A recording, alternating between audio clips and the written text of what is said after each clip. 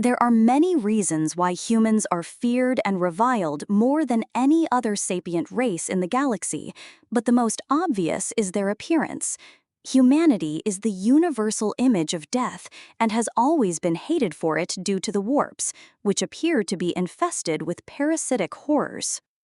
They look remarkably like mammoths, mythological creatures who bring plague and famine wherever they tread. To the Auror, their shape dredges up ancestral memories of long-extinct predators. To the Heron, they look like festering corpses, and so on and so forth. Every single species seems to have one reason or another to avoid mankind, one reason or another to feel repulsed and afraid at the mere sight of them, and that's even without their long and bloody history. The humans did not ascend to the stars naturally. In fact, they may never have been able to at all. They were discovered by the Thean Commonwealth during the height of the Thean-Mai War, though it is believed that the Commonwealth higher-ups had been aware of them for some time prior to first contact. Fact, by that time, humanity had already pushed themselves and their planet to the brink. Years of consumption, pollution, and war on a global scale lead to economic and environmental chaos. Their civilization clung to life by a corporate thread, the impoverished ruins of society only surviving through indoor agriculture, water desalination, controlled environments, geoengineering, and sustainable energy.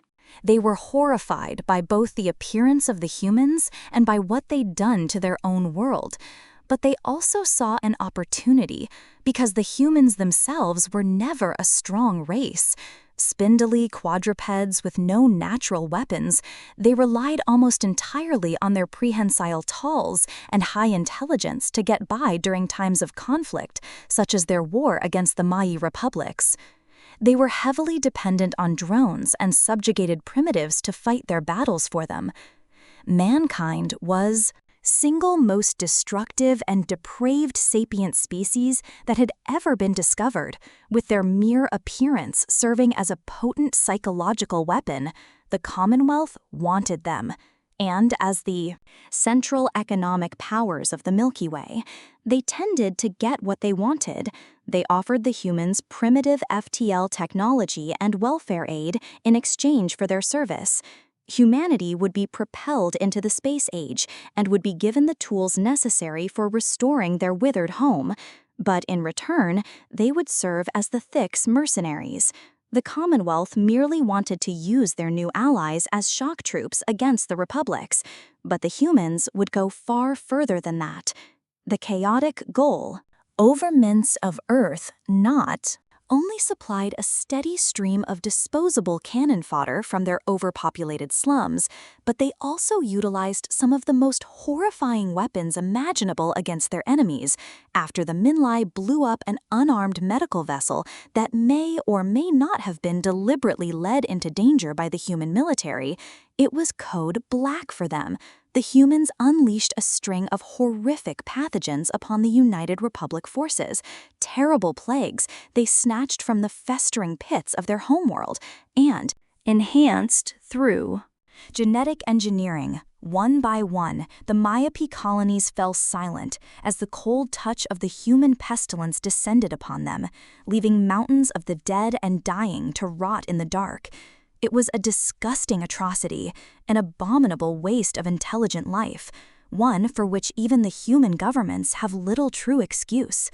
In just 2 months, mankind had taken more lives through their atrocities than all the other factions had managed over the last 7 years. Years of war combined.